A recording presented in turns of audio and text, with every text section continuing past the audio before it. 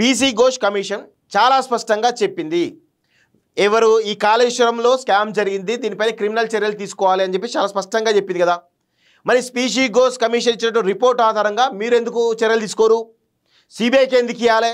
మీ దగ్గర మీరు డైరెక్ట్గా ఇచ్చినప్పుడు, ఆయన రిటైర్డ్ జడ్జి డైరెక్ట్గా ఇచ్చినప్పుడు మీరు అరెస్ట్ చేయొచ్చు కదా.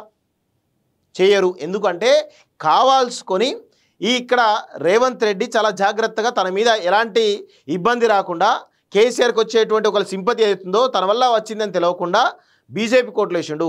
ఇప్పుడు బీజేపీ ఏం చేయాలి? సిబిఐ ద్వారా ఎంక్వైరీ చేస్తుందా? బీజేపీకి ఇది తమ అడ్వాంటేజ్ చూసుకుంటుంది. వేస్తే మా పార్టీకి అడ్వాంటేజా, లేదు కలుపుకుంటే మా పార్టీకి అడ్వాంటేజా అని చూసుకొని దాన్ని బట్టి సిబిఐ ఎంక్వైరీ చేస్తుంది. ఇది అందరికీ తెలిసే విషయమే. అంతే మూడు పార్టీలు కూడా దోబూచులాడుతూ ఉన్నాయి. ఇంకేమంటాడు? హైకోర్టులో ఫోన్ ట్యాపింగ్ కేసు లేదంటే దాన్ని కూడా సిబిఐకి ఇచ్చేవాళ్ళమాట. ఫోన్ ట్యాపింగ్ కేసు కూడా మీరు ఇస్తున్నారు అంటే, దాన్ని కూడా ఇవ్వడానికి సిద్ధంగా ఉన్నారు అంటే ఏ విధంగా మీరు మ్యానిపులేట్ చేస్తున్నారో అర్థమవుతా ఉంది. మీకు చిత్తశుద్ధి లేదు. కేసీఆర్ అవినీతి పైన కానీ, ఈ కల్వకుంట్ల కుటుంబ అవినీతి పైన కానీ చర్యలు తీసుకునేటువంటి దమ్ము ధైర్యం లేదు మీకు. మీరు ఎందుకు సీఎంగా ఉండాలి? వెళ్ళిపోండి, రిజైన్ చేయండి, అయిపోతుంది. మీరే అన్నారు కదా 2023 మీరు సీఎం అయ్యే వరకు కూడా కేసీఆర్ను జైల్లో వేస్తా, కేసీఆర్ అవినీతికి అక్కిస్తా అని చెప్పేసి ఏదో పెద్ద పెద్ద మాటలు మాట్లాడినావు కదా రేవంత్ రెడ్డి. ఏమైంది నీ మాటలు ఉట్టి ముట్లు అయిపోయినాయా? బరాబర్ తీసుకోవాలి కదా. అట్లా చేత కాకపోతే రిజైన్ చేయండి. రిజైన్ చేస్తే వేరే వాళ్ళు సీఎం అవుతారు కదా. కండో కాపితే పార్టీ మారినట్ల. పార్టీ మారిన వారిపై బీఆర్ఎస్కే స్పష్టత లేదట. అబ్బా ఎంత కామెడీ చేస్తున్నారు. ఓకే, సో ఇక్కడ చూడండి, కేసీఆర్ కుటుంబంలో అధికారం ఆస్తి పంచాయతీ. కవితను వెళ్ళగొట్టింది ఆ నలుగురే. కిషన్ రెడ్డి కాళేశ్వరంపై సిబిఐ విచారణ ఏమైంది? హైకోర్టులో ఫోన్ ట్యాపింగ్ కేసు లేదంటే దీన్ని సిబిఐకి ఇచ్చేవాళ్ళం. హైకోర్టులో ఫోన్ ట్యాపింగ్ కేసు లేకుంటే దాన్ని కూడా సిబిఐకి ఇచ్చేవాళ్ళట. సుప్రీంకోర్టు తీర్పు తర్వాత స్థానిక ఎన్నికలపై నిర్ణయం. మెట్రోకు కిషన్ రెడ్డి కేటీఆర్ అడ్డంకులు. 2018లోని ఓటు చోరీ విషయాన్ని చెప్పా. తెలంగాణలో 24 లక్షల ఓట్లు, కొడంగల్లో 50,000 ఓట్లు తొలగించారు. ఢిల్లీలో CM Revanth Reddy chit chat అంటూ చూస్తూ ఉన్నాం కదా.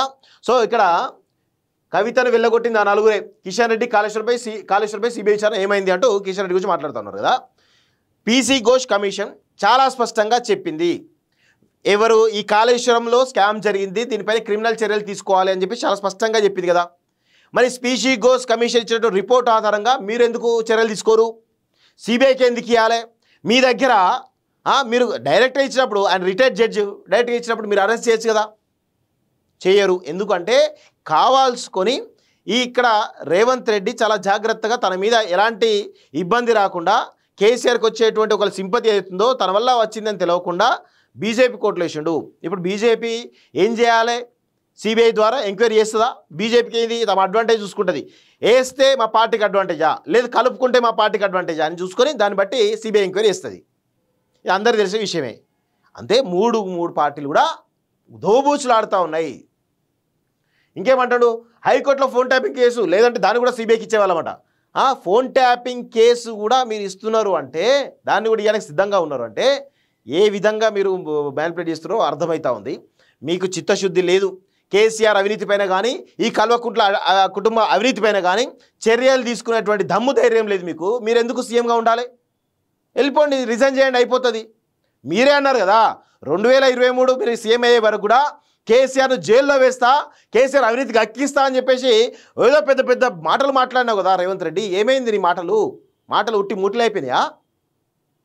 బరాబర్ తీసుకోవాలి కదా. అట్లా చేత కాకపోతే రిజైన్ చేయండి. రిజైన్ చేస్తే వేరే వాళ్ళు సీఎం అవుతారు కదా.